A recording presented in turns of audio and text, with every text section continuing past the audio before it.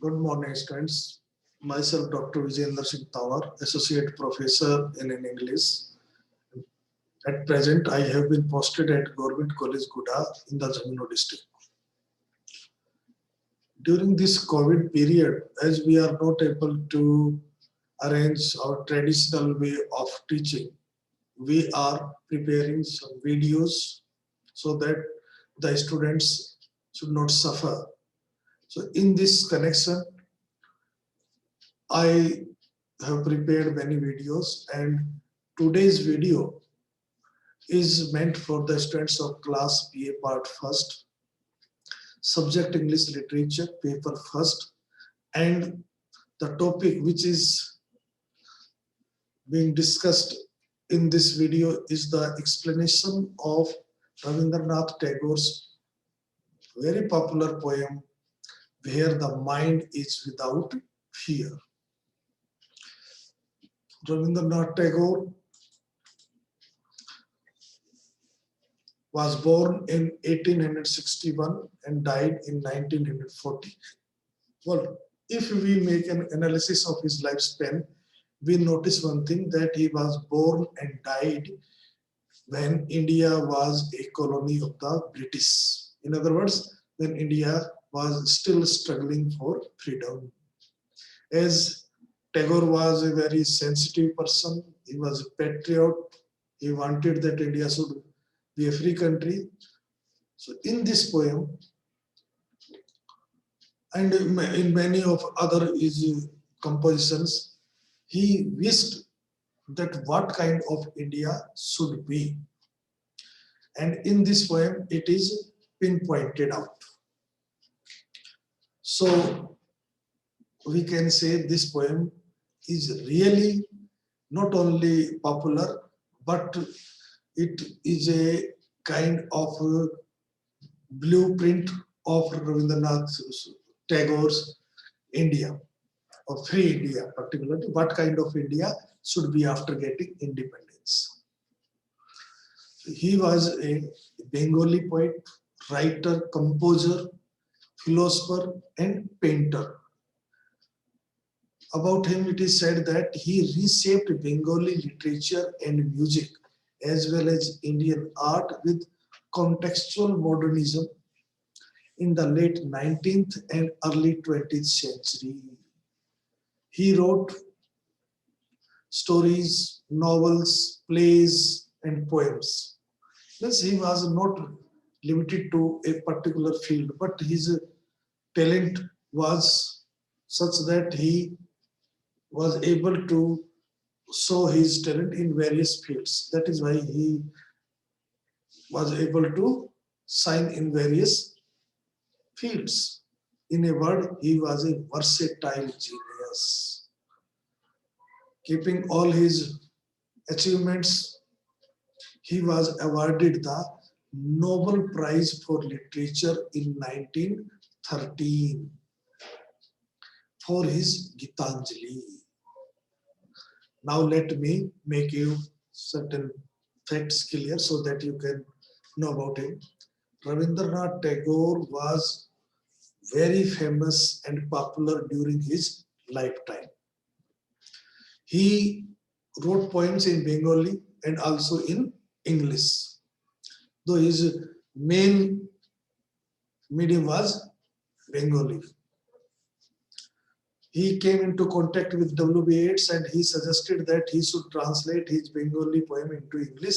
At his suggestion, he translated them into a book form known as Gitanjali, which consists of 108 prayers of the poet to the god for various reasons, particularly for the country. And it was forwarded, or we will say its forward was written by W.B. Yeats, and it was awarded Nobel Prize in 1913. In 1913, he was the first Asian, not only Indian, to receive Nobel Prize for Literature. Rabindranath Tagore occupies an honorable place in the hearts of Indians. He is a poet of Indian culture and national resurgence. As a poet, Tagore's vision is delicate and yet realistic. Means what he presents in his stories, in his poems, he presents realistic view. His poetry touches mind and heart of the reader. Means it casts an indelible impression on the mind of the reader, whether the reader belongs to the country of East or West. Now let us come to the poem. The poem which is prescribed in our syllabus is from Strings of Gold, the name of the book which is prescribed for us, or anthology of books, poems. In this poem is entitled Heaven of Freedom, edited by Jasbir Jain. And it is one of the most popular poems of Rabindranath Tagore. At the same time, the same poem is also entitled Where the Mind is Without Fear in some of the anthologies. When we were students, this poem was entitled Where the Mind is Without Fear, and it is also the same title in many other universities. It is included as number 35 in Gitanjali, which is a collection of poems. The Gitanjali, which was given Nobel Prize, consists of 108 poems, and this is 35th poem. Gitanjali, which means songs offering, means you are praying to God, offering something to God, has become an immortal classic of literature. The present poem is a prayer for an ideal India. In this poem, the poet prays to God that his India should become free in an atmosphere of fearlessness and perfection. People should be free from narrow consideration of religions, caste, and language, etc. These people should be broad-minded. His country should be a place where people have risen above the boundaries of, say, religion, caste, language, area, but they all should think themselves human beings. Now let us come to the explanation of the poem. This poem is a very short poem. It is just of 11 lines, and you will find the language is also very easy. The first line says, where the mind is without fear and the head is held high. This is the line number 1. Now, the language, if we notice, there is no difficult words in this line, but held high means to keep with dignity, to self-respect, confidence, whatever. Where knowledge is free.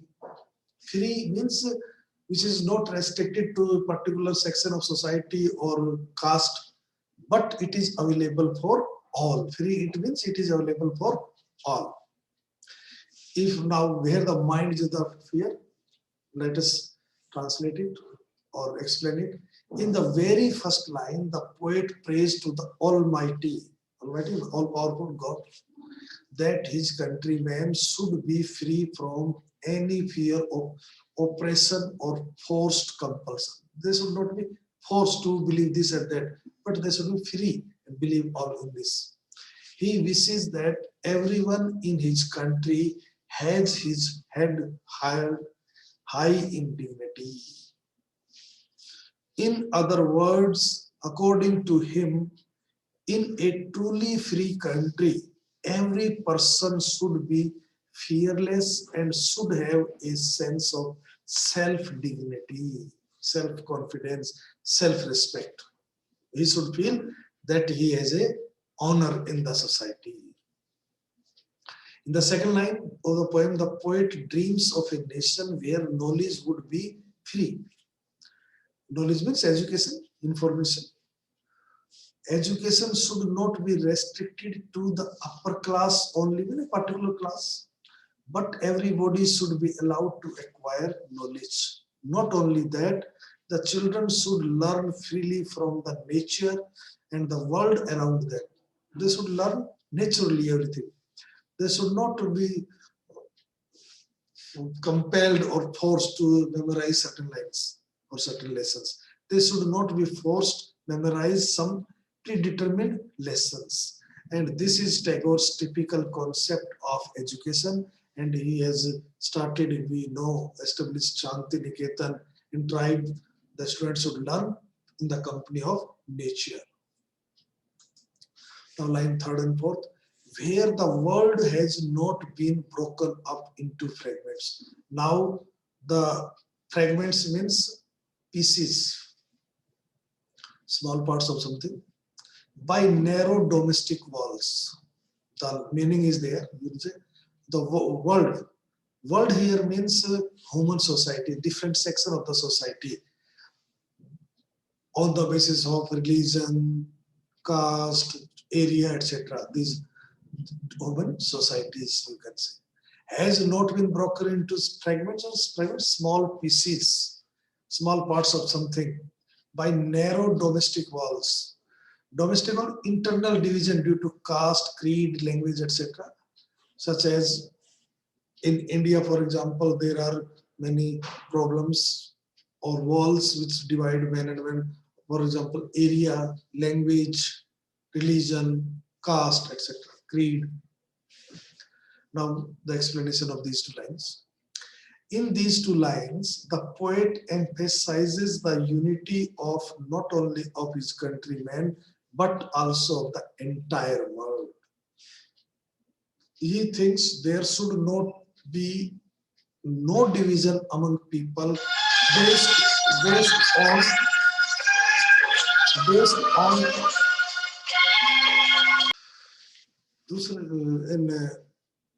what the poet wants to say, that narrow domestic walls. Domestic related to pertaining to a particular area or a country, here you can say, such as baseless superstitions, division in the name of caste, creed, color, and religion. They should not be given any importance. So people should not like them. They should think beyond all these things. In other words, prejudices and superstitions should not divide the people in groups and break their unity. Now, in the line number 5, 5th and 6th, where words come out from the depth of truth. Words here means speech.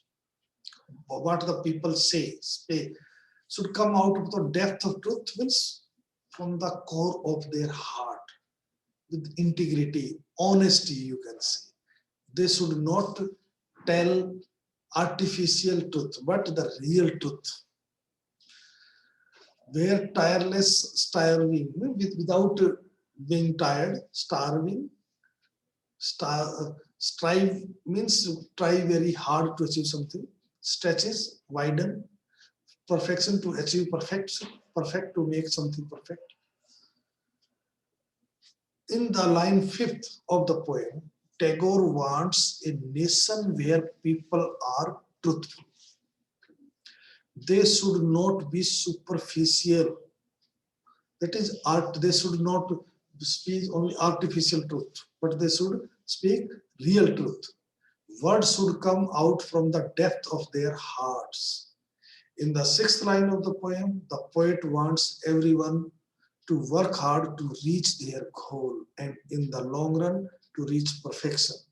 He thinks they should not be tired by working. They should not be afraid of, they should not be lazy. They should not try to, you can say, run away from hard work.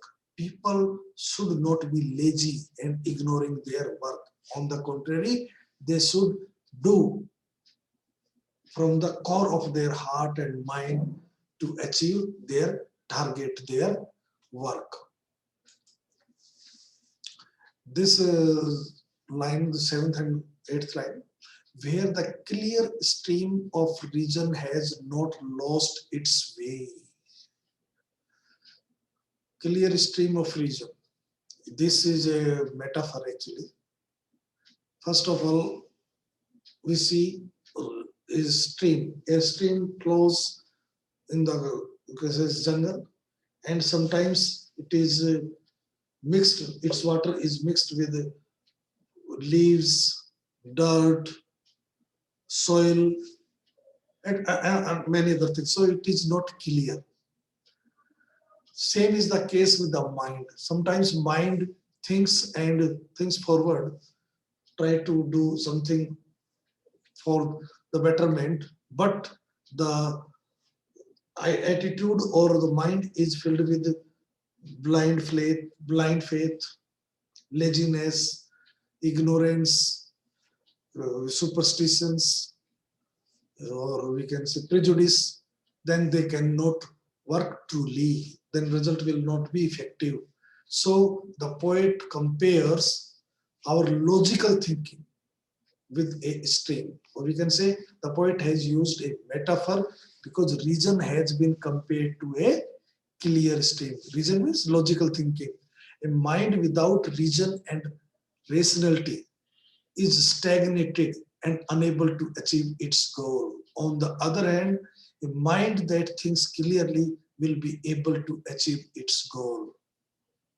So not lost its into the dreary desert. Dreary means depressingly dull and bleak or repetitive or sad of dead habit.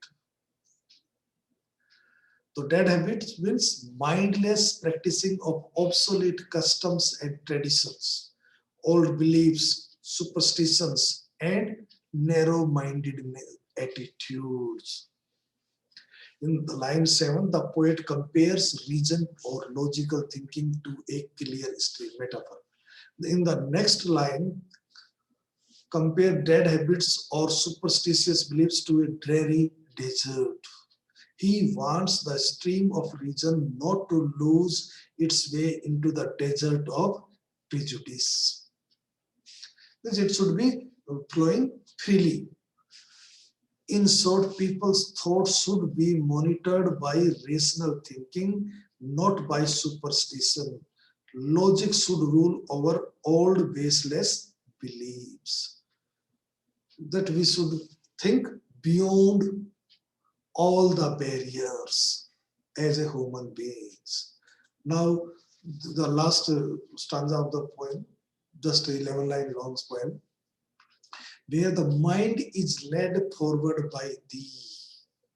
Led forward means move forward, go ahead. By thee means by God, into ever widening thought and action. Ever widening a process where people break all obsolete rules, attain thoughtfulness, and put those thoughts into action as they fight for freedom from colonial rule. Into the heaven of freedom, my father is referring to God. And I said, let my country awake. Let my country awake means an indication of a prayer to the Almighty to help the people of India fight for their freedom and break free from the bondages of British rule. In line 9 and 10, the poet wishes his countrymen to be progressive and broad-minded.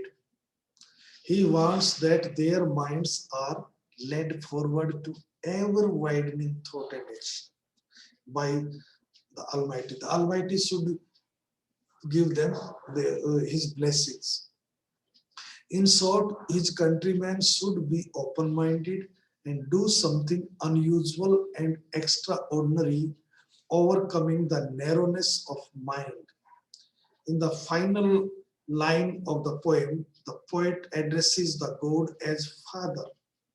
He asks him to awaken his country into such a heaven of freedom, where the above conditions meet. Means all the conditions where the people are broad-minded and they think beyond the barriers of caste, creed, etc., and work hard to achieve perfection, to establish humanity on this earth. This is the prayer of the poet for his country and countrymen. Thank you very much.